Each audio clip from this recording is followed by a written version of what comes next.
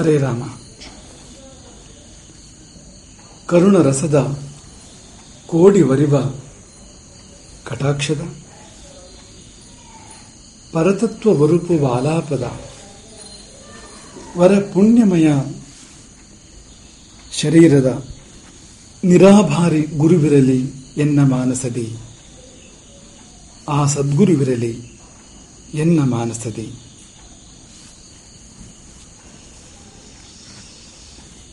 ಗುರುವಿನ ಎರಡು ಕುರುಹುಗಳು.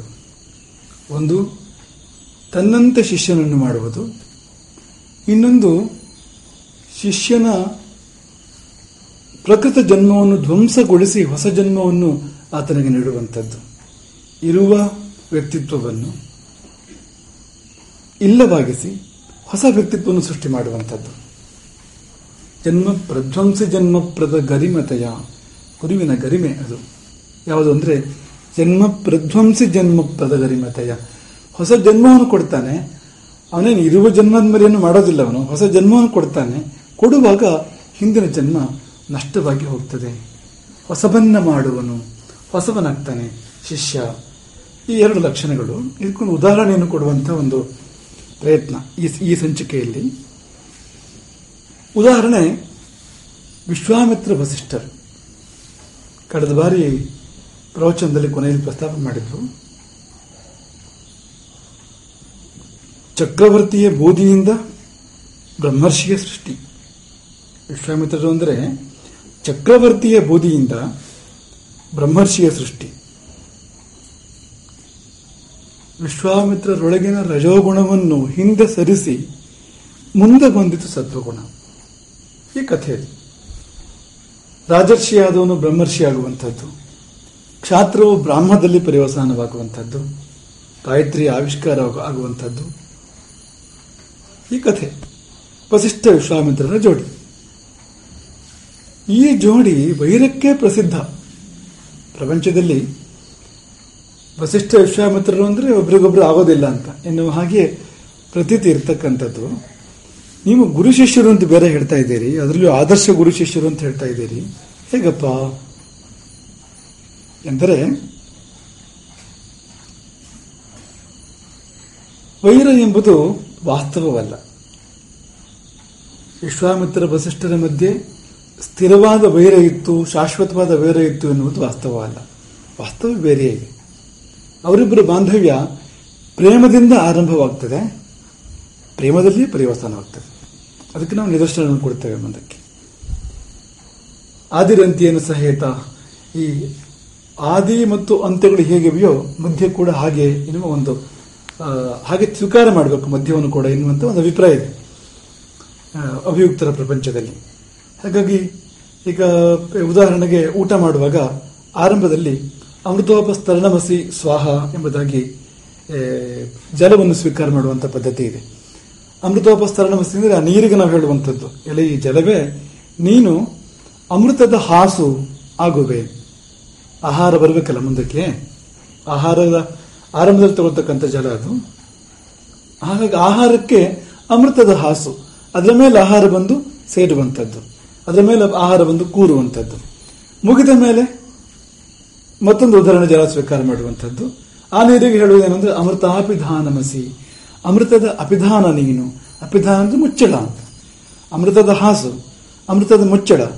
ಮಧ್ಯೆ ಇರುವ ಆಹಾರ ಕೂಡ ಅಮೃತವೇ ಆಗಬೇಕು ತಾನೆ. ಕೆಳಗಿನಿಂದಲೂ ಅಮೃತದ ಪ್ರಭಾವ, ಮೇಲಿನಿಂದಲೂ ಅಮೃತದ ಪ್ರಭಾವ, ಅಮೃತದ ಹಾಸು, ಅಮೃತದ ಮುಚ್ಚಳ. ನಡುವೆ ಇರುವ ಆಹಾರ ಅಮೃತಾಹಾರ ಆಗ್ತದೆ ಎನ್ನುವ ಭಾವ. ಹಾಗೆ ಆರಂಭ ಅಂತ್ಯಗಳು ಹೇಗಿವೆಯೋ ನಡುವೆ ಕೂಡ ಹಾಗೆ ಎಂಬುದಾಗಿ ಸ್ವೀಕಾರ ಮಾಡಬೇಕು ಎಂಬುದು ಹೌದಾದರೆ, ಈ ವಿಶ್ವಾಮಿತ್ರ ವಸಿಷ್ಠರದು ಅದು ಪ್ರೇಮವೇ ಹೊರತು ಬೇರೆ ಏನೂ ಅಲ್ಲ. ಯಾಕೆಂದ್ರೆ ಪ್ರೇಮದಿಂದ ಆರಂಭವಾಗಿದೆ, ಪ್ರೇಮದಲ್ಲಿ ಪರಿವಸಾನವಾಗಿದೆ. ನಡುವೆ ವೈರವಿದ್ದರೂ ಕೂಡ ಅದು ತಾತ್ಕಾಲಿಕ. ನಡುವೆ ಒಂದಷ್ಟು ದೂರ ವೈರದ ವಾತಾವರಣ ಇತ್ತು, ಅಲ್ಲಿ ಇಲ್ಲ ಅಂತಿಲ್ಲ. ಅದು ಏಕಮುಖ. ಅದು ವೈರವೂ ಕೂಡ ಅದು ಉಭಯ ಮುಖ ಅಲ್ಲ. ವಸಿಷ್ಠರಿಗೆ ವೈರವಿಲ್ಲ ವಿಶ್ವಾಮಿತ್ರನಲ್ಲಿ. ವಿಶ್ವಾಮಿತ್ರನಿಗೆ ಅಂದರೆ ರಾಜ ವಿಶ್ವಾಮಿತ್ರನಿಗೆ ವೈರ ಇತ್ತು, ಒಂದು ಸ್ವಲ್ಪ ಕಾಲ ವೈರ ಇತ್ತು, ಸ್ಪರ್ಧೆ ಇತ್ತು. ಹಾಗಾಗಿ ಆ ವೈರವು ತಾತ್ಕಾಲಿಕ ಮತ್ತು ಏಕಮುಖ. ಆದ್ದರಿಂದ ವೈರಕ್ಕೆ ಹೆಚ್ಚು ಮಹತ್ವ ಇಲ್ಲ. ರಾಜ ವಿಶ್ವಾಮಿತ್ರನಿಗೆ ತಿಳುವಳಿಕೆ ಬರುವ ಮುನ್ನ ಬ್ರಹ್ಮರ್ಷಿಯಾಗುವ ಮುನ್ನ, ವಿಶ್ವಾಮಿತ್ರರು ಬ್ರಹ್ಮರ್ಷಿಯಾಗುವ ಮುನ್ನ ಅದರ ಅಸ್ತಿತ್ವ ಅದು ವಿಶ್ವಾಮಿತ್ರರಲ್ಲಿ ಮಾತ್ರ ಹೊರತು ವಸಿಷ್ಠರಲ್ಲಿಲ್ಲ. ಹಾಗಾಗಿ ಆ ವೈರಕ್ಕೆ ದೊಡ್ಡ ಮಹತ್ವ ಇಲ್ಲ. ನಿಮಗೆ ಹೇಳಿದ್ರು ಆರಂಭವೂ ಕೂಡ ಪ್ರೇಮಮಯ ಮತ್ತು ಅಂತ್ಯವೂ ಕೂಡ ಪ್ರೇಮಮಯ ಎಂಬುದಾಗಿ ಅದಕ್ಕೊಂದು ಉದಾಹರಣೆಯನ್ನು ಕೊಟ್ಟು ಹೇಳ್ತಾ ಇದ್ದಾರೆ. ವಾಲ್ಮೀಕಿ ರಾಮಾಯಣದಲ್ಲಿ ಬಾಲಕಾಂಡದಲ್ಲಿ ವಸಿಷ್ಠ ವಿಶ್ವಾಮಿತ್ರರ ಈ ಕಥೆ ವಿಸ್ತಾರವಾಗಿ ಬಂದಿದೆ. ವಿಶ್ವಾಮಿತ್ರ ವೃತ್ತ, ವಿಶ್ವಾಮಿತ್ರರ ಮುಂದೆ ಅಹಲ್ಯ ಪುತ್ರ ಅಹಲ್ಯ ಗೌತಮರ ಪುತ್ರ ಶತಾನಂದರು ರಾಮನಿಗೆ ಹೇಳ್ತಕ್ಕಂಥದ್ದು ಅದು ಅಥೆಂಟಿಕ್. ಅದು ಯಾಕಂದ್ರೆ ವಿಶ್ವಾಮಿತ್ರನ ಮುಂದೆ ಆ ಕಥೆ ಹೇಳಿರುವಂಥದ್ದು ಹೇಳಿದ್ದು ರಾಮನಿಗೆ. ಹಾಗಾಗಿ ಅಲ್ಲಿ ಹೇಗೆ ಕಥೆ ಪ್ರಸ್ತಾಪವಾಗಿದೆ ಮತ್ತು ಹೇಗೆ ಮುಕ್ತಾಯವಾಗಿದೆ ಎಂಬುದನ್ನು ಗಮನಿಸಬೇಕು ನಾವು. ಕಥೆಯ ಆರಂಭದಲ್ಲಿ ರಾಜಾ ವಿಶ್ವಾಮಿತ್ರನು, ಗಾಧಿ ಸುತನಾದ ರಾಜಾ ವಿಶ್ವಾಮಿತ್ರನು ದಂಡಯಾತ್ರೆ ನೇತ್ರಯಾತ್ರೆಯನ್ನು ಮಾಡ್ತಾ ಮಾಡ್ತಾ ಸಾಂದರ್ಭಿಕವಾಗಿ ವಸಿಷ್ಠಾಶ್ರಮಕ್ಕೆ ಭೇಟಿ ಕೊಡ್ತಾನೆ. ಅಲ್ಲಿ ಅವರಿಬ್ಬರ ಮಧ್ಯೆ ಮೊದಲೊಂದು ಕುಶಲ ಸಂವಾದ ನಡೀತದೆ. ಆ ಕುಶಲ ಸಂವಾದದ ಸಮಯದಲ್ಲಿ ಹೀಗೆ ವಾಲ್ಮೀಕಿಗಳು ಹೇಳಿದ್ದಾರೆ, ಕೃತ್ವಭೂ ಸುಚಿರಂ ಕಾಲಂ ಧರ್ಮಿಷ್ಠೌ ತಾಃ ಕಥಾ ಶುಭಾಃ ಮುದಾ ಪರಮಯಾಯುಕ್ತೌ ಪ್ರಿಯೇತಾಂತೌ ಪರಸ್ಪರಂ. ಬಹಳ ಹೊತ್ತು ಇಬ್ಬರು ಮಾತನಾಡ್ತಾರೆ. ಬ್ರಹ್ಮರ್ಷಿ ವಿಶ್ವಾಮಿತ್ರರು, ಬ್ರಹ್ಮರ್ಷಿ ವಸಿಷ್ಠರು ಮತ್ತು ರಾಜರ್ಷಿ ವಿಶ್ವಾಮಿತ್ರ ಇವರಿಬ್ಬರು ಬಹಳ ಹೊತ್ತು ಕೃತ್ವಭೂ ಸುಚಿರಂ ಕಾಲಂ ಧರ್ಮಿಷ್ಠವು ತಾಃ ಕಥಾ ಶುಭಾ, ಒಳ್ಳೊಳ್ಳೆಯ ಮಾತುಗಳನ್ನು ಆಡ್ಕೊಂಡಿದ್ದಾರೆ. ಪರಸ್ಪರವಾಗಿ ಬಹಳ ಪ್ರೀತಿಯ ಮಾತುಗಳನ್ನು, ಬಹಳ ಒಳ್ಳೆಯ ಮಾತುಗಳನ್ನು ಆಡ್ಕೊಂಡಿದ್ದಾರೆ, ಬಹಳ ಹೊತ್ತು ಆಡ್ಕೊಂಡಿದ್ದಾರೆ. ಮುದಾ ಪರಮಯಾಯುಕ್ತವು, ಪರಮೋತ್ತಮವಾಗಿರ್ತಕ್ಕಂಥ ಆನಂದದಿಂದ ಕೂಡಿದ್ದಾರೆ. ಅವರಿಬ್ಬರಿಗೆ ಪರಸ್ಪರರ ಭೇಟಿ, ಪರಸ್ಪರರ ಮಾತು ಆನಂದದ ಅತಿಶಯವನ್ನು ತಂದಿದೆ. ತುಂಡು ಸುಖ ಅಲ್ಲ, ದೊಡ್ಡ ಆನಂದವನ್ನು ತಂದಿದೆ ಪರಸ್ಪರರ ಒಂದು ಸಂಗಮ. ಪ್ರಿಯೇತಾಂತವು ಪರಸ್ಪರಂ, ಒಬ್ಬರ ಕುರಿತು ಒಬ್ಬರು ಅತಿಶಯವಾದ ಪ್ರೀತಿಯನ್ನು ತಾಳಿದರು. ಹೀಗೆ ಶುರುವಾಗುವುದು ಪ್ರಕರಣ. ಅತಿಶಯವಾದ ಪ್ರೀತಿಯನ್ನು ಪರಸ್ಪರಂ, ಇಬ್ಬರು ಕೂಡ ವಿಶ್ವಾಮಿತ್ರ ಮತ್ತು ವಸಿಷ್ಠರು ಪ್ರಿಯೇತಾಂತವು ಪರಸ್ಪರಂ ಅಂದ ಮೇಲೆ ಆರಂಭ ಪ್ರೇಮವೇ, ವಿರೋಧವೇನೂ ಇಲ್ಲ. ಆರಂಭ ಪ್ರೇಮವೇ. ಕುಶಲ ಪ್ರಶ್ನೆಯ ಬಳಿಕ, ಕುಶಲ ಸಂವಾದದ ಬಳಿಕ ಆರಂಭದ ಒಂದು ಆತಿಥ್ಯವೂ ಆಗಿರ್ತದೆ. ಅಲ್ಲಿ ಆಶ್ರಮದಲ್ಲಿ ಲಭಿಸತಕ್ಕಂಥ ಕಂದಮೂಲ ಫಲಗಳ ಆತಿಥ್ಯ ನಡೆದಿರ್ತದೆ. ಸೈನ್ಯಕ್ಕಲ್ಲ, ವಿಶ್ವಾಮಿತ್ರನಿಗೆ ಮಾತ್ರ, ರಾಜ ವಿಶ್ವಾಮಿತ್ರನಿಗೆ ಮಾತ್ರ ಆತಿಥ್ಯ ಆಗಿರ್ತದೆ ಅಲ್ಲಿ. ಆ ಬಳಿಕ ವಸಿಷ್ಠರು ಹೇಳ್ತಾರೆ, ಯಾಕಪ್ಪ ಸೇನೆಯನ್ನು ದೂರ ಬಿಟ್ಟು ಬಂದೆ, ಸೇನೆಗೆಲ್ಲ ಆತಿಥ್ಯವನ್ನು ಮಾಡ್ತೇನೆ ನಾನು, ನಿನ್ನಂಥ ಅತಿಥ್ಯ ನನಗೆ ದುರ್ಲಭ ಸಿಗುವಂಥದ್ದು, ಸಿಕ್ಕಿದೆಯಾ ನೀನು? ಹಾಗಾಗಿ ಯಾಕೆ ನನಗೆ ಆತಿಥ್ಯವನ್ನು ಮಾಡದೆ ಬಿಡಬೇಕು? ನಾನು ಇಡೀ ಸೈನ್ಯಕ್ಕೆ ಆತಿಥ್ಯವನ್ನು ಮಾಡ್ತೇನೆ, ಕರ ಸೈನ್ಯವನ್ನು. ಅದಕ್ಕೆ ಬಹಳ ವಿನಯದಿಂದ ರಾಜ ವಿಶ್ವಾಮಿತ್ರನು ಹೇಳ್ತಾನೆ, ಆಗಿದೆ ಆತಿಥ್ಯ. ಯಾವುದರಿಂದ? ಫಲಮೂಲೇನ ಭಗವನ್. ಸಂಬೋಧನೆ ನೋಡಿ, ಭಗವನ್ ವಿಶ್ವಾಮಿತ್ರನ ಸಂಬೋಧನೆ. ಫಲಮೂಲೇನ ವಿದ್ಯತೆ ಯತ್ ತವಾಶ್ರಮೆ. ಆಶ್ರಮದಲ್ಲಿ ಸಾಮಾನ್ಯವಾಗಿ ಲಭಿಸತಕ್ಕಂಥ ಕಂದಮೂಲ ಫಲಗಳಿಂದ ಆತಿಥ್ಯವು ನೆರವೇರಿದೆ. ಪಾದ್ಯನ ಕಾಲಿಗೆ ನೀರು ಕೊಟ್ಟಿದ್ದಾರೆ, ಆಚಮನೀಯನ ಬಾಯಿಗೆ ನೀರು ಕೊಟ್ಟಿದ್ದಾರೆ. ಎಲ್ಲಕ್ಕಿಂತ ಮಿಗಿಲಾಗಿ ಭಗವದ್ ದರ್ಶನ ಏನಚ, ತಮ್ಮ ದರ್ಶನ ಏನಿದೆ ಇದು ನನಗೆ ನಿಜವಾದ ಆತಿಥ್ಯ. ಆತ್ಮಕ್ಕೆ ಆತಿಥ್ಯ ಇದು, ಅಂತಃಕರಣಕ್ಕೆ ಆತಿಥ್ಯ ಇದು. ತಮ್ಮ ದರ್ಶನಕ್ಕಿಂತ ಮಿಗಿಲಾದ ತೃಪ್ತಿಯನ್ನು ಬೇರೆ ಯಾವುದು ಕೊಡ್ಲಿಕ್ಕೆ ಸಾಧ್ಯ ಇದೆ? ವಿಶ್ವಾಮಿತ್ರನ ಭಾವ. ಹಾಗಾಗಿ ಇದರ ಹೊರತಾಗಿ ಯಾವ ಮೃಷ್ಟಾನ್ನೂ ನನಗೆ ಬೇಕಾಗಿಲ್ಲ. ಸರ್ವಥಾಚ ಮಹಾಪ್ರಾಜ್ಞ ಪೂಜಾರ್ಹೇಣ ಸುಪೂಜಿತ. ಮಹಾಪ್ರಾಜ್ಞರೇ, ಗುರುಗಳೇ, ಸರ್ವಥಾ ನನಗೆ ಆತಿಥ್ಯವು ಸಂದಿತು. ನಮಸ್ತೇಸ್ತು, ತಮಗೆ ನನ್ನ ನಮಸ್ಕಾರಗಳಿರಲಿ. ಗಮಿಷ್ಯಾಮಿ, ಹೋಗಿ ಬರ್ತೇನೆ. ಹೋಗಿ ಬರುವಾಗ ಒಂದು ಅಪೇಕ್ಷೆ. ಏನಪೇಕ್ಷೆ ಅಂದ್ರೆ, ಮೈತ್ರಿಯೇಣೇಕ್ಷಸ್ವ ಚಕ್ಷುಷ. ಪ್ರೀತಿ ತುಂಬಿದ ನೋಟದಿಂದ ಒಮ್ಮೆ ನನ್ನನ್ನು ನೋಡಿಬಿಡಿ, ಇಷ್ಟೇ ಅಪೇಕ್ಷೆ ಇರುವಂಥದ್ದು. ವಿಶ್ವಾಮಿತ್ರ ಬಯಸಿದ ಆತಿಥ್ಯ ಮೈತ್ರ ಚಕ್ಷು, ಮೈತ್ರಿ ತುಂಬಿದ, ಪ್ರೀತಿ ತುಂಬಿದ, ವಾತ್ಸಲ್ಯ ತುಂಬಿದ ಕಣ್ಣಿನಿಂದ ಒಮ್ಮೆ ನನ್ನನ್ನು ನೋಡಿ. ಇದು ಒಂದು ಗುರುವಿಗೆ ಆಹ್ವಾನ. ಇದು ಗುರುವಿಗೆ ಆಹ್ವಾನ ಇದ್ದಂತೆ. ಇದು ಗುರು ದೃಷ್ಟಿ ತಾನೆ ಮೊಟ್ಟ ಮೊದಲು ಬಿಡೋದು ಯಾವುದು? ಗುರು ದೃಷ್ಟಿ. ಅದೇ ಎಲ್ಲ ಕೆಲಸವನ್ನು ಮಾಡಿಬಿಡ್ತದೆ, ಅಲ್ಲಿಂದಲೇ ಆರಂಭ. ಹಾಗಾಗಿ ಗುರು ದೃಷ್ಟಿಯನ್ನು ಬಯಸಿದನು ರಾಜ ವಿಶ್ವಾಮಿತ್ರ. ಈ ಆರಂಭದ ಸನ್ನಿವೇಶ ನೋಡಿದಾಗ ಬಹಳ ಪ್ರೀತಿಯನ್ನು ನಾವಲ್ಲಿ ಕಾಣ್ತೇವೆ. ಕೊಟ್ಟ ಕೊನೆಯಲ್ಲಿ ಎಲ್ಲ ಪ್ರಕರಣಗಳು ಮುಗಿದು ವಿಶ್ವಾಮಿತ್ರರು ಬ್ರಹ್ಮರ್ಷಿಗಳಾದ ಮೇಲೆ ಏನಿದೆ ಗೊತ್ತಾ? ಸಖ್ಯಂಚಕಾರ ಬ್ರಹ್ಮರ್ಷಿ, ಸಖ್ಯಂಚಕಾರ ಬ್ರಹ್ಮರ್ಷಿ. ವಿಶ್ವಾಮಿತ್ರರು, ಬ್ರಹ್ಮರ್ಷಿಗಳಾದ ವಿಶ್ವಾಮಿತ್ರರು ವಸಿಷ್ಠರ ಜೊತೆಗೆ ಸಖ್ಯವನ್ನು ಏರ್ಪಡಿಸಿಕೊಂಡರು, ಸಖ್ಯವನ್ನು ಮಾಡಿದರು. ಮತ್ತೆಂತ ವೈರ, ಮತ್ತೇನು ಸ್ಪರ್ಧೆ? ರಾಮಾಯಣದ ಮಾತು, ವಾಲ್ಮೀಕಿಗಳ ಮಾತಿದು. ವಿಶ್ವಾಮಿತ್ರೋಪಿ ಧರ್ಮಾತ್ಮ ಲಬ್ಧ್ವಾ ಬ್ರಾಹ್ಮಣ್ಯಮುತ್ತಮಂ ಪೂಜಯಾಮಾಸ ಬ್ರಹ್ಮರ್ಷಿಂ ವಸಿಷ್ಠಂ ಜಪತಾಂಬರಂ. ವಿಶ್ವಾಮಿತ್ರರು ಬ್ರಾಹ್ಮಣ್ಯವನ್ನು ಪಡೆದ ಮೇಲೆ, ಬ್ರಹ್ಮರ್ಷಿಗಳಾದ ಮೇಲೆ ಬ್ರಹ್ಮರ್ಷಿ ವಸಿಷ್ಠರನ್ನು ಆರಾಧಿಸಿದರು, ಪೂಜಿಸಿದರು. ಯಾಕೆ ಮಾಡಬೇಕು ಅದನ್ನು? ವೈರ, ಸ್ಪರ್ಧೆ, ನಿನಗಿದ್ದ ನನಗೂ ಇದೆ, ನನಗೂ ಬೇಕು ಅನ್ನೋ ಭಾವ ಆದರೆ ಬ್ರಹ್ಮರ್ಷಿ ಪದವಿ ಪ್ರಾಪ್ತ ಆದ ಮೇಲೆ ವಿಶ್ವಾಮಿತ್ರರು ವಸಿಷ್ಠರನ್ನು ಯಾಕೆ ಪೂಜೆ ಮಾಡಬೇಕು? ಪೂಜೆ ಮಾಡಿದ್ದು ಅದು ಗುರುಭಾವದಲ್ಲಿ. ನಿಮ್ಮಿಂದ ಈ ಬ್ರಹ್ಮರ್ಷಿ ಪದ ನನಗೆ ಪ್ರಾಪ್ತ ಆಗಿರ್ತಕ್ಕಂಥದ್ದು ನಿಮ್ಮಿಂದ ಅನ್ನೋ ಭಾವ ಇದೆ ಅಲ್ಲಿ. ಇಲ್ಲಿದ್ರೆ ಪೂಜೆಗೆ ಅರ್ಥ ಇಲ್ಲ, ಅಲ್ಲಿ ಯಾವ ವೀರವೂ ಇಲ್ಲ, ಅಲ್ಲಿ ಯಾವ ಸ್ಪರ್ಧೆಯೂ ಇಲ್ಲ. ಹಾಗಾಗಿ ನಾವು ಆ ಭ್ರಮೆಯನ್ನು ಮೊಟ್ಟ ಮೊದಲು ಬಿಡಬೇಕು. ವಿಶ್ವಾಮಿತ್ರ ಮತ್ತು ವಸಿಷ್ಠರಿಗೆ ಶಾಶ್ವತವಾದ ವೈರ ಇತ್ತು. ಬ್ರಹ್ಮರ್ಷಿಗಳು ಹೇಗಾಗ್ತಾರೆ? ಇದು ಹೇಗಾಯ್ತು ಅಂದ್ರೆ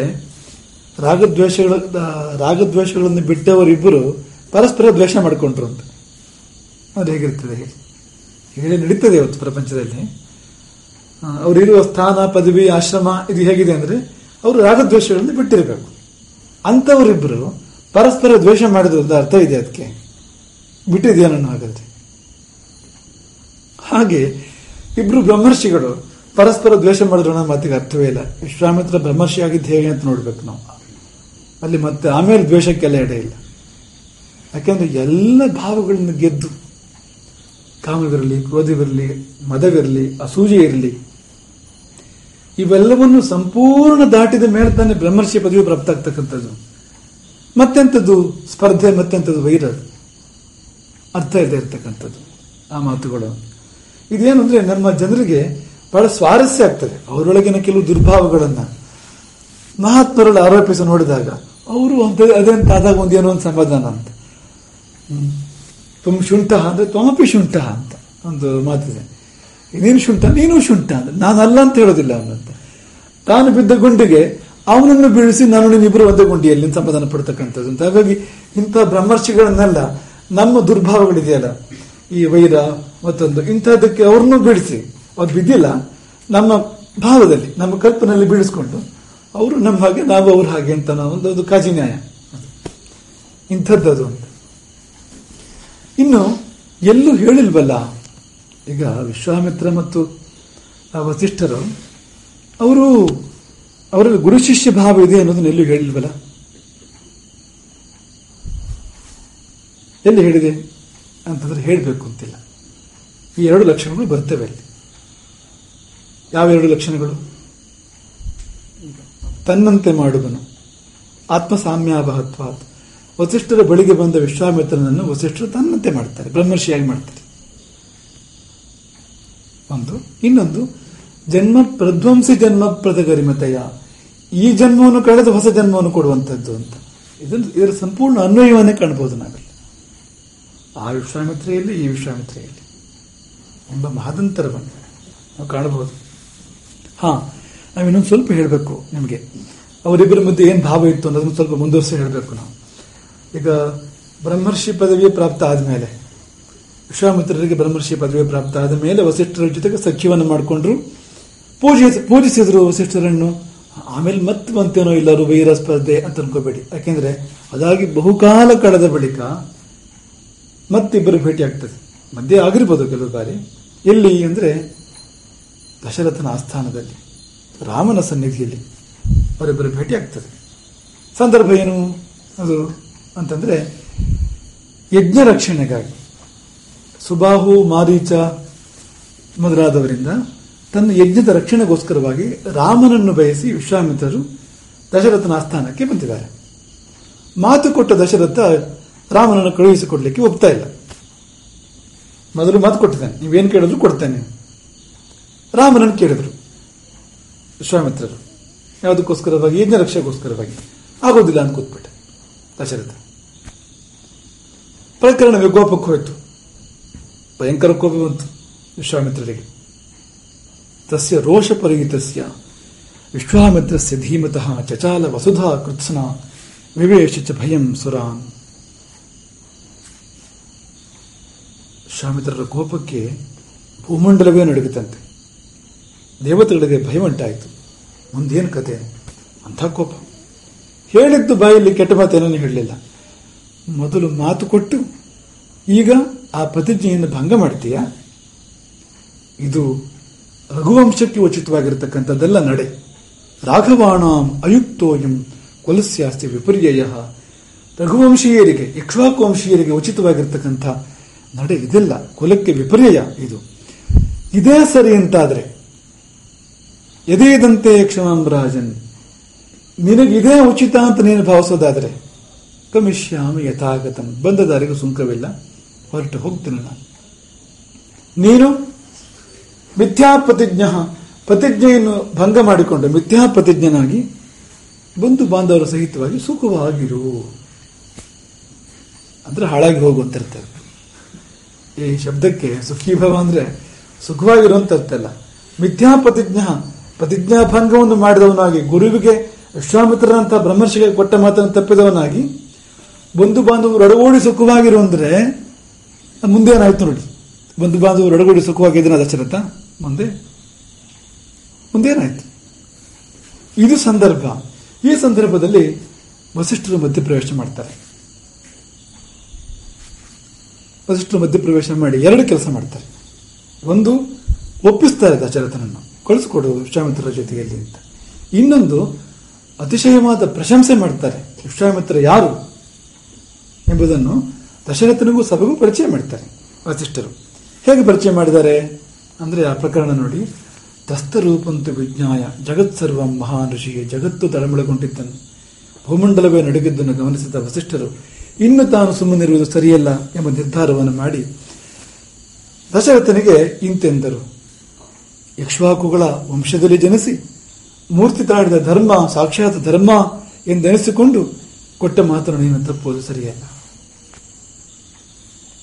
ಮೂರು ಲೋಕದಲ್ಲಿ ಪ್ರಥೆ ಇದೆ ದಶರಥನು ಧರ್ಮಾತ್ಮ ಎಂಬುದಾಗಿ. ಆ ಪ್ರಥೆಯನ್ನು ನೀನು ಭಂಗಗೊಳಿಸುವುದು, ಪ್ರಥೆಗೆ ನೀನು ಕಲಂಕವನ್ನು ತರುವುದು ಸರಿಯಲ್ಲ. ಸ್ವಧರ್ಮಂ ಪ್ರತಿಪದ್ಯಸ್ವ, ಸ್ವಧರ್ಮವನ್ನು ಅನುಸರಿಸು. ನ ಧರ್ಮಂ ಮಹಾತ್ಮರಸಿ, ಧರ್ಮವನ್ನು ಬಿಡಬೇಡ ಎಂಬುದಾಗೆಲ್ಲ ಹೇಳಿ, ಯಾರು ವಿಶ್ವಾಮಿತ್ರರು ಎಂಬುದಾಗಿ ವಿವರಣೆ ಕೊಡ್ತಾರೆ. ವಿಶ್ವಾಮಿತ್ರ, ದಶರಥನಿಗೆ ಚಿಂತೆ ಇದ್ದುದು ರಾಮನಿಗಿನ್ನೂ ಶಸ್ತ್ರ ವಿದ್ಯಾಭ್ಯಾಸ ಪೂರ್ತಿ ಆಗಿಲ್ಲ, ಕಡಿಮೆ ಇದೆ ವಿದ್ಯಾಭ್ಯಾಸ. ಶಸ್ತ್ರಶಾಸ್ತ್ರಗಳಲ್ಲಿ ಪೂರ್ತಿ ಪಾರಂಗತನಲ್ಲ ಅವನು. ಅಸ್ತ್ರ ವಿದ್ಯೆಗಳು ಗೊತ್ತಿಲ್ಲ. ಹೇಗೆ ಅವನನ್ನು ಕಳಿಸ್ಕೊಡೋದು ರಾಕ್ಷಸರ ಜೊತೆಗೆ ಯುದ್ಧಕ್ಕೆ ಎಂಬುದು ಜಿಜ್ಞಾಸೆ ದಶರಥನದ್ದು. ಅದಕ್ಕೆ ವಸಿಷ್ಠರು ಹೇಳ್ತಾರೆ, ಅಸ್ತ್ರಗಳು ಉಪದೇಶವಿರಲಿ ಇಲ್ಲದೇ ಇರಲಿ ರಾಮನಿಗೆ ಏನು ತೊಂದರೆ ಇಲ್ಲ. ಎಲ್ಲಿಯವರೆಗೆ ಕೌಶಕರು ಕಾಯ್ತಾರೆ ರಾಮನನ್ನು, ಎಲ್ಲಿವರೆಗೆ ವಿಶ್ವಾಮಿತ್ರರ ರಕ್ಷಣೆ ಇರುತ್ತದೆ, ಅವನಿಗೆ ಏನೂ ಆಗ್ಲಿಕ್ಕೆ ಸಾಧ್ಯ ಇಲ್ಲ. ಗುಪ್ತಂ ಕುಶುಕ ಪುತ್ರೇಣ, ಕುಶುಕ ಪುತ್ರ ಅಂದ್ರೆ ವಿಶ್ವಾಮಿತ್ರರು, ಅವರ ಕಡೆಯಿಂದ ರಕ್ಷಿತನಾಗಿರ್ತಕ್ಕಂಥ ರಾಮನನ್ನು ಯಾರು ಮುಟ್ಲಿಕ್ಕೆ ಸಾಧ್ಯ ಇಲ್ಲ. ಕಳುಹಿಸಿಕೊಡು. ಅಮೃತವನ್ನು ಅಗ್ನಿ ರಕ್ಷಿಸುವಂತೆ, ಸ್ವರ್ಗಲೋಕದಲ್ಲಿ ಅಮೃತವನ್ನು ಸುತ್ತುವರೆದು ಅಗ್ನಿಯ ರಕ್ಷಣೆ ಮಾಡುವ ಹಾಗೆ ರಾಮನೆಂಬ ಅಮೃತವನ್ನು ವಿಶ್ವಾಮಿತ್ರನೆಂಬ ಅಗ್ನಿ ರಕ್ಷಣೆ ಮಾಡ್ತದೆ. ಕಳುಹಿಸಿಕೊಡು. ಭಾವ ಏನಿದೆ ನೋಡಿ ವಿಶ್ವಾಮಿತ್ರರ ಬಗ್ಗೆ ವಸಿಷ್ಠರದ್ದು. ಏಷ ವಿಗ್ರಹವಾನ್ ಧರ್ಮ. ವಿಶ್ವಾಮಿತ್ರರೆಂದರೆ ಮೂರ್ತಿವಿತ್ತ ಧರ್ಮ, ಧರ್ಮಕ್ಕೆ ಆಕೃತಿ ಬಂದ ಹಾಗೆ ಇದು ವಿಶ್ವಾಮಿತ್ರರು ಅಂದ್ರೆ ಸಾಕಾರವಾದ ಧರ್ಮ ಅದು. ಏಷ ವೀರ್ಯವತಾಂಬರಃ, ಸಾಮರ್ಥ್ಯಶಾಲಿಗಳಲ್ಲಿ ವಿಶ್ವಾಮಿತ್ರರು ಅಗ್ರಗಣ್ಯರು. ಏಷ ಬುದ್ಧ್ಯಾಧಿಕೋ ಲೋಕೆ, ಲೋಕದಲ್ಲಿ ಬುದ್ಧಿಯಲ್ಲಿ ವಿಶ್ವಾಮಿತ್ರರನ್ನು ಮೀರಿಸಿದವರು ಇನ್ನೊಬ್ಬರಿಲ್ಲ. ಯಾಕೆಂದ್ರೆ ಬುದ್ಧಿ ಪ್ರಚೋದಕವಾಗಿರತಕ್ಕಂಥ ಗಾಯತ್ರಿಯನ್ನು ಆವಿಷ್ಕಾರ ಮಾಡಿದವರೇ ಅವರಲ್ಲಿ ಸಿದ್ಧಿ ಆಗಲೇಬೇಕಲ್ವ ಅದು. ಹಾಗಾಗಿ ಏಷ ಬುದ್ಧಿಯ ಅಧಿಕೋ ಲೋಕೆ ತಪಸ್ಸಶ್ಚ ಪರಾಯಣಂ, ತಪಸ್ಸಿನ ಪರಾಕಾಷ್ಠೆ ವಿಶ್ವಾಮಿತ್ರರು ಅಂದ್ರೆ. ಮತ್ತೂ ಹೆಚ್ಚು ತಪಸ್ ಮಾಡೋದಂತಿಲ್ಲ, ಅಂಥ ತಪೋಮೂರ್ತಿಯವರು. ಯಶೋಸ್ತ್ರಾನ್ ವಿವಿಧಾನ್ ವೇತ್ತಿ ತ್ರೈಲೋಕ್ಯೆ ಸಚರಾಚರಿ, ಮೂರು ಲೋಕದ ಸಕಲ ವಿಧವಾದ ಅಸ್ತ್ರಗಳನ್ನು ಇವರು ಬಲ್ಲರು, ವಿಶ್ವಾಮಿತ್ರರು ಬಲ್ಲರು. ಇವರನ್ನು ಯಾರು ಬಲ್ಲರು? ವಿಶ್ವಾಮಿತ್ರರನ್ನು ಬಲ್ಲವರು ಯಾರು? ಸರಿಯಾಗಿ ವಿಶ್ವಾಮಿತ್ರರು ಇದಮಿತ್ತಂ, ಅವರಿಷ್ಟು, ಅವರು ಹೀಗೆ, ಇವರ ಆಳ ಅಗಲಗಳನ್ನ ಬಲ್ಲವರು ಯಾರು? ಯಾರೂ ಇಲ್ಲ. ನೈನಮನ್ಯ ಪುಮಾನ್ ವೇತ್ತಿ ನಚ ವೇತ್ಸಂತ ಕೇಚನ. ವರ್ತಮಾನದ ಪ್ರಪಂಚದಲ್ಲಿ ವಿಶ್ವಾಮಿತ್ರರ ಆಳ ಅಗಲಗಳನ್ನು ಅರಿತುಕೊಂಡವರಿಲ್ಲ. ನನ್ನ ದೃಷ್ಟಿಯಿಂದ ಮುಂದೆಯೂ ಇರಲಾರು. ನೈನಮನ್ಯ ಪುಮಾನ್ ವೇತ್ತಿ ನಚ ವೇತ್ಸಂತ ಕೇಚನ. ಮುಂದೂ ಕೂಡ ಯಾರು ಅವರನ್ನು ಅರಿಯುವಂತವ್ರು ಹುಟ್ಟಲಿಕ್ಕೆ ಸಾಧ್ಯ ಇಲ್ಲ. ದೇವತೆಗಳಿರ್ಬೋದು, ಋಷಿಗಳಿರ್ಬೋದು, ಅಸುರರಿರ್ಬೋದು, ರಾಕ್ಷಸರಿರ್ಬೋದು, ಗಂಧರ್ವ ಯಕ್ಷರಿರ್ಬೋದು, ಕಿನ್ನರ ಮಹೋರಗರಿರ್ಬೋದು, ಇವರು ಯಾರೂ ವಿಶ್ವಾಮಿತ್ರರನ್ನು ಅರಿಯಲಾರರು ಎಂಬುದಾಗಿ ಹೇಳಿ, ಧೃಷಾಶ್ವನಿಂದ ಬಂದಿರತಕ್ಕಂಥ ವಿವಿಧವಾದ ದಿವ್ಯಾಸ್ತ್ರಗಳನ್ನು ಹೇಗೆ ವಿಶ್ವಾಮಿತ್ರರು ಪಡ್ಕೊಂಡ್ರು ಎಂಬುದನ್ನೆಲ್ಲ ವಿವರಿಸ್ತಾರೆ ವಸಿಷ್ಠರು. ಎಲ್ಲವನ್ನೂ ಬಲ್ಲವರು ವಿಶ್ವಾಮಿತ್ರರು. ಈಗ ಪ್ರಪಂಚದಲ್ಲಿ ಯಾವ ಯಾವ ಅಸ್ತ್ರಗಳಿದೆ, ದೇವಲೋಕದಲ್ಲಿ, ಮೃತ್ಯಲೋಕದಲ್ಲಿ, ಪಾತಾಳ ಲೋಕದಲ್ಲಿ, ಎಲ್ಲ ಅಸ್ತ್ರಗಳನ್ನು ಬಲ್ಲವರು ಮಾತ್ರವಲ್ಲ, ಹೊಸ ಅಸ್ತ್ರಗಳನ್ನು ಹುಟ್ಟು ಹಾಕಬಲ್ಲರು. ಅಪೂರ್ವಾಣಾಂಚ ಜನನೇ ಶಕ್ತಃ ಭೂಯಸ್ಸ ಧರ್ಮವಿತು. ಹೊಸ ಅಸ್ತ್ರಗಳನ್ನು ಹುಟ್ಟು ಹಾಕುವ ಶಕ್ತಿ ಉಳ್ಳವರು ವಿಶ್ವಾಮಿತ್ರರು. ಹಾಗಾಗಿ ನೀನು ಎರಡನೇ ಯೋಚನೆ ಮಾಡಬೇಡ. ಮತ್ತೆ ಭೂತ ಭವಿಷ್ಯಗಳಲ್ಲಿ ವಿಶ್ವಾಮಿತ್ರರಿಗೆ ಗೊತ್ತಿಲ್ಲದ್ದು ಯಾವುದೂ ಇಲ್ಲ. ಹಾಗಂದ್ರೆ ಏನು? ಈ ರಾಮ ಹಿಂದೇನು, ರಾಮ ಮುಂದೇನು ಗೊತ್ತವರಿಗೆ. ನಿನಗೇನು ಗೊತ್ತು? ನಿನಗೆ ರಾಮ ಹಿಂದೇನು ಅಂತಲೂ ಗೊತ್ತಿಲ್ಲ, ಮುಂದೆ ಏನು ಅಂತಲೂ ಗೊತ್ತಿಲ್ಲ.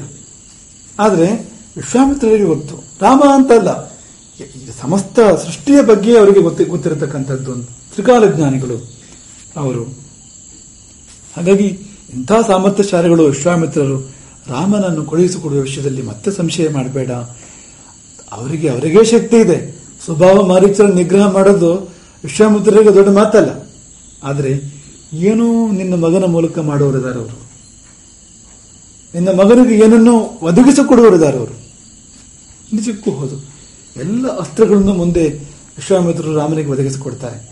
ಮಾತ್ರವಲ್ಲ, ಸೀತೆಯ ವಿವಾಹವನ್ನು ಏರ್ಪಡಿಸಿಕೊಡ್ತಾರೆ ಅವರೇ. ಸೀತೆಯನ್ನೂ ಕೊಟ್ಟರು, ಸೀತೆಯ ರಕ್ಷಣೆಗೆ ಬೇಕಾಗಿರ್ತಕ್ಕಂಥ ಅಸ್ತ್ರಶಸ್ತ್ರಗಳನ್ನು ಕೂಡ ಕೊಟ್ಟರು. ಎರಡನ್ನು ಮಾಡ್ತಾರೆ. ಅದನ್ನು ಗರ್ಭದಲ್ಲಿ ಇಟ್ಟುಕೊಂಡು, ಹೃದಯದಲ್ಲಿ ಇಟ್ಟುಕೊಂಡು, ಬಾಯಿ ಬಿಟ್ಟು ಹೇಳಿದೆ ಅದನ್ನ ವಸಿಷ್ಠರು ಹೇಳ್ತಾರೆ, ನಿನ್ನ ಮಗನಿಗೆ ಅವರು ಒಳಿತನ್ನೇ ಮಾಡಲಿಕ್ಕಿದ್ದಾರೆ, ಕಳುಹಿಸಿಕೊಡು ಎಂದಾಗ ಸಂತೋಷದಿಂದ ಕಳುಹಿಸಿಕೊಟ್ಟ ದಶರಥ. ಇದು ರಾಮಾಯಣ. ನಾವು ಯಾಕೆ ಇದನ್ನು ಪ್ರಸ್ತಾಪ ಮಾಡಿದ್ವು ಅಂದ್ರೆ, ಎಲ್ಲಿ ಸ್ಪರ್ಧೆ ಕಾಣಿಸ್ತದೆ ನಮಗೆ, ಎಲ್ಲಿ ವೈರ ಕಾಣಿಸ್ತದೆ ನಮಗೆ. ಅವರಿಬ್ಬರ ಮಧ್ಯೆ, ವಸಿಷ್ಠ ವಿಶ್ವಾಮಿತ್ರರ ಮಧ್ಯೆ ಎಲ್ಲಿ ಬೇರೆ ಭಾವ ಇದೆ? ಖಾರ ಎಲ್ಲಿದೆ, ಕಹಿ ಎಲ್ಲಿದೆ, ಒಗರು ಎಲ್ಲಿದೆ? ಸಿಹಿ ಒಂದೇ ಇರೋದು, ಬೇರೆ ಏನೂ ಇಲ್ಲ. ಹಾಗಾಗಿ ಈ ಕೆಲವು ಪೌರಾಣಿಕ ಪಾತ್ರಗಳ ಬಗ್ಗೆ ನಾವು ಏನೇನೋ ಕಲ್ಪನೆಗಳನ್ನು ಮಾಡಿ, ಅದನ್ನೇ ಬರೆದು, ಅದನ್ನೇ ಮಾತಾಡಿ, ಅದನ್ನೇ ಯಕ್ಷಗಾನದಲ್ಲಿ ತಾಳಮದ್ದಲೆಯಲ್ಲಿ ಅರ್ಥ ಹೇಳಿ, ಹೀಗೆಲ್ಲ ಮಾಡಿ ಆ ಪಾತ್ರದ ಸ್ವರೂಪವನ್ನೇ ಕೆಡಿಸ್ಬಿಡ್ತೇವೆ ನಾವು ಎಷ್ಟೋ ಬಾರಿ ಅಂತ. ಹಾಗಾಗಿ ವಿಶ್ವಾಮಿತ್ರ ವಸಿಷ್ಠರ ಮಧ್ಯೆ ಮೈತ್ರಿ ಪ್ರೇಮ ಇತ್ತು ಅಂತ ಯಾಕೆ ನಾವು ಪ್ರತಿಪಾದನೆ ಮಾಡೋಕೆ ಹೊರಟಿದ್ದೇವೆ ಅಂದ್ರೆ, ಈಗ ಅದೇ ಇಳಿದಿದ್ದ ಮೇಲೆ ಗುರು ಶಿಷ್ಯ ಭಾವ ಎಲ್ಲಿಂದ ಅನ್ನೋ ಪ್ರಶ್ನೆ ಬರಬಹುದು. ಮೊಟ್ಟ ಮೊದಲು ನಾವು ವೈರ ಇಲ್ಲ ಅಂತ ಸ್ಥಾಪನೆ ಮಾಡಬೇಕು. ಆ ಬಳಿಕ ಅವ್ರ ಮಧ್ಯೆ ಪ್ರೇಮ ಇತ್ತು ಅಂತ ಸ್ಥಾಪನೆ ಮಾಡಬೇಕು. ಅಲ್ಲಿಂದ ಮುಂದಕ್ಕೆ ಗುರು ಶಿಷ್ಯ ಭಾವ ಇತ್ತು. ಈಗ ವೈರವಿಲ್ಲ, ಪ್ರೇಮವಿತ್ತು ಎನ್ನುವುದಕ್ಕೆ ನಮಗೆ ಇಷ್ಟೆಲ್ಲ ಉದಾಹರಣೆಗಳನ್ನು ಕೊಟ್ಟು, ಗುರು ಶಿಷ್ಯ ಭಾವ ಇತ್ತು ಅನ್ನೋದಕ್ಕೆ ಆ ಎರಡು ಲಕ್ಷಣಗಳ ಸಮನ್ವಯವೇ ಸಾಕ್ಷಿ. ಯಾವುದು? ಜನ್ಮ ಪ್ರಧ್ವಂಸಿ ಜನ್ಮ ಪ್ರದಗರಿಮತಯ. ಈ ಜನ್ಮವನ್ನು ಧ್ವಂಸಗೊಳಿಸಿ ಹೊಸ ಜನ್ಮವನ್ನು ಕೊಡ್ತಾನೆ ಗುರು. ಹಾಗೆ ಆಯಿತು. ಹೇಗಿದ್ದ ವಿಶ್ವಾಮಿತ್ರ? ಮೊದಲು ರಾಜ್ಯ, ಸೈನ್ಯ, ಕೋಶ, ಅಧಿಕಾರ, ಕ್ಷಾತ್ರ, ಮದ, ಹಿಂಸೆ, ಅಸೂಯೆ ಎಲ್ಲ ಇದೆ. ಇದು ಯಾವುದೂ ಇಲ್ಲ ಅಂತಲ್ಲ, ಮತ್ತೆ ಎಲ್ಲ ಮಹತ್ ಪ್ರಮಾಣದಲ್ಲಿ. ಎಲ್ಲೋ ಅಲ್ಪ ಸ್ವಲ್ಪ ಮದ ಅಂತಲ್ಲ, ಅದು ತುಟ್ಟ ತುದಿಯೇ. ಯಾವುದಕ್ಕಾದ್ರೂ ನಾವು ತುಟ್ಟ ತುದಿಯನ್ನು ಮುಟ್ಟಿದ್ರೆ ಉದ್ಧಾರ ಆಗ್ತೇವಂತೆ ಮನುಷ್ಯ. ದೇವರು ಹೇಗೆ ಸೃಷ್ಟಿ ಮಾಡಿದಾನಂತೆ ನಮ್ಮನ್ನ ಅಂದ್ರೆ, ಯಾವ ಭಾವವಾದರೂ ನಾವು ಅದರ ಪರಾಕಾಷ್ಠಕ್ಕೆ ಹೋದ್ರೆ ಮುಕ್ತಿ ಕಾದಿದೆ ಮುಂದೆ, ಅದು ನಮಗೆ ಮೋಕ್ಷಕ್ಕೆ ದ್ವಾರ ಆಗ್ತದೆ. ಹಾಗಾಗಿದೆ ಇಲ್ಲಿ. ವಿಶ್ವಾಮಿತ್ರ ಹೇಗಿದ್ದ ರಾಜ ವಿಶ್ವಾಮಿತ್ರ ಅಂದ್ರೆ, ರಾಜ್ಯ ಅಂದ್ರೆ ಏನು? ಅಖಂಡ ಭೂಮಂಡಲಕ್ಕೆ ಚಕ್ರವರ್ತಿ ಅಂತ ರಾಜ. ಇನ್ನೊಂದು ಶ್ವೇತಛತ್ರ ಇಲ್ಲ. ಸೈನ್ಯ ಅಂದ್ರೆ ಏನು? ಜೈತ್ರಯಾತ್ರೆ ಮಾಡಿದಂತ ಸೈನ್ಯ, ವಿಶ್ವವಿಜಯಿ ಸೈನ್ಯ ಇದ್ದಿದ್ದವನಲ್ಲಿ. ಕೋಶ ಅಂದ್ರೆ ಅದು ಕುಬೇರನ ಕೋಶ. ಹಾಗೆ ಅಧಿಕಾರ, ಸಮಸ್ತ ಭೂಮಂಡಲಕ್ಕೂ ಪ್ರಭು. ಕ್ಷಾತ್ರ ಅಂದ್ರೆ ಅಂತಹ ಕಿಚ್ಚು, ಯಾವುದನ್ನೂ ತನ್ನದನ್ನು ಮಾಡ್ಕೊಳ್ತಾ ಎಂಬಂತ ಒಂದು ಕ್ಷಾತ್ರ. ಯಾರನ್ನೂ ಎದುರಿಸಬಲ್ಲೆ, ಯಾರನ್ನೂ ಸೋಲಿಸಬಲ್ಲೆ. ಹಾಗೆ ಮದ ಮತ್ತು ಅಸೂಯೆಗಳು ಕೂಡ ಇಲ್ಲೇ ಕಾಣ್ತದೆ. ವಿಶ್ವಾಮಿತ್ರ ವಸಿಷ್ಠರ ಪ್ರಕರಣದಲ್ಲಿ ಎಷ್ಟು ಮದ ಇತ್ತು ಆತನಿಗೆ ಅನ್ನೋದನ್ನು ನಾವು ಗಮನಿಸಬಹುದು. ಅಂತ ಹೇಳಿದ್ರೆ ಅಂತಹ ಬ್ರಹ್ಮರ್ಷಿಗಳು, ಗುರುಗಳು ಅವರ ಧ್ಯೇನವನ್ನು ಸೆಳೆಯೋದೊಂದ್ರೆ ಏನು? ಬಲಾತ್ಕಾರವಾಗಿ ಅವರು ಕೊಡೋದಕ್ಕೆ ಒಪ್ಪದಿದ್ದ ಮೇಲೆ ಮೊದಲು ಖರೀದಿ, ಗೋವನ್ನು ಖರೀದಿ ಮಾಡುವುದು ಅನ್ನುವಂಥದ್ದೇ ಬಹಳ ಒಂದು ಚೆನ್ನಾಗಿಲ್ಲ. ಅದು ತಾಯಿ ಕಾಮಧೇನು, ಅಂಥದ್ದನ್ನ ಖರೀದಿ ಮಾಡುವಾಗ ಮದ. ಎಷ್ಟು ಬೇಕು ನಿಮಗೆ? ಏನ್ ಕೊಡಬೇಕು ನಿಮಗೆ? 1 ಕೋಟಿ ಗೋಗಳನ್ನು ಕೊಡ್ತೇನೆ, ಕೊಡಿ ಎಂಬುದರಿಂದ ಶುರು ಮಾಡಿ ಕೇಳಿದ್ದು ಕೊಡ್ತೇನೆ, ಕೇಳಿದಷ್ಟು ಕೊಡ್ತೇನೆ, ಕೊಡಿ ಗೋವನ್ನ. ಮದ. ಅಲ್ಲಿಂದ ಮುಂದಕ್ಕೆ ಇಲ್ಲ ಕೊಡೋದಿಲ್ಲ ಅಂತ ಹೇಳಿದಾಗ ಎಳ್ಕೊಂಡು ಹೋಗ್ಬೇಕಾದ್ರೆ ಮದ ಇರದೆ ಮತ್ತೇನೇನದು? ಎಲ್ಲ ತುಟ್ಟ ತುದಿಯಲ್ಲಿದೆ. ಇಂತಹ ವಿಶ್ವಾಮಿತ್ರ ಮುಂದೆ ತಪೋವನ, ತಣ್ಣೀರು ಸ್ನಾನ, ಗೆಡ್ಡೆಗೆಣಸುಗಳು, ಉಪವಾಸ, ವ್ರತ, ತಪಸ್ಸು, ಬ್ರಹ್ಮರ್ಷಿತ್ವದವರೆಗೆ ಎಂಥ ತಪಸ್ಸುಗಳು, ಎಂಥ ವ್ರತಗಳು ಅವೆಲ್ಲ, ಎಂತಹ ಇಂದ್ರಿಯ ಜಯ, ಕಲ್ಪನಾತೀತ, ಕೋಪವಿಲ್ಲ, ತಾಪವಿಲ್ಲ, ಎಲ್ಲವನ್ನೂ ದಾಟಿ ನಿಂತಿರ್ತಕ್ಕಂಥ ವ್ಯಕ್ತಿತ್ವವಾಗಿ ಪರಿಣಮಿಸಿದಂತೆ ನಾವು ನೋಡಿದರೆ ಮೊದಲನೇ ವಿಶ್ವಾಮಿತ್ರನೇ ಬೇರೆ, ಮುಂದಿನ ವಿಶ್ವಾಮಿತ್ರರು ಬ್ರಹ್ಮರ್ಷಿಗಳು ಬೇರೆ. ಮೊದಲನೇ ವಿಶ್ವಾಮಿತ್ರನೇ ಬೇರೆ, ಮುಂದಿನ ಬ್ರಹ್ಮರ್ಷಿ ವಿಶ್ವಾಮಿತ್ರರು ಬೇರೆ. ಅದು ಅತ್ಯಂತ ಗೌರವದ ವ್ಯಕ್ತಿತ್ವ, ಆಧಾರದ ವ್ಯಕ್ತಿತ್ವ. ಹಾಗಾಗಿ ಬಹುವಚನ ಬೆಳೆಸನೆ ಹೇಳಿದ್ವು ಆ ಮುಂದಿನ ವ್ಯಕ್ತಿತ್ವವನ್ನ.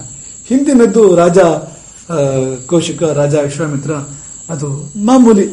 ಆದರೆ ಮಾಮೂಲಿ ಕೂಡ ಅಲ್ಲ ಅಂತ, ಎಲ್ಲ ಅತಿಶಯ ಅಂತ, ಎಲ್ಲ ಅತಿರೇಕ ಅಂತ, ಆ ರೀತಿಯ ಒಂದು ದೊರೆ ವಿಶ್ವಾಮಿತ್ರ. ಹಾಗಾಗಿ ಈ ಪರಿವರ್ತನೆ ಇದೆಯಲ್ಲ, ಜನ್ಮ ಪ್ರಧ್ವಂಸ ಜನ್ಮ, ಕ್ಷಾತ್ರದ ಆ ಜನ್ಮದ ಒಂದು ಧ್ವಂಸವಾಗಿ ಬ್ರಾಹ್ಮದ ಒಂದು ಉದಯ ಆಗ್ತಕ್ಕಂಥದ್ದು ಅಲ್ಲಿ. ಹಾಗಾಗಿ ಆ ಮಹತ್ ಪರಿವರ್ತನೆ ಅದೊಂದು.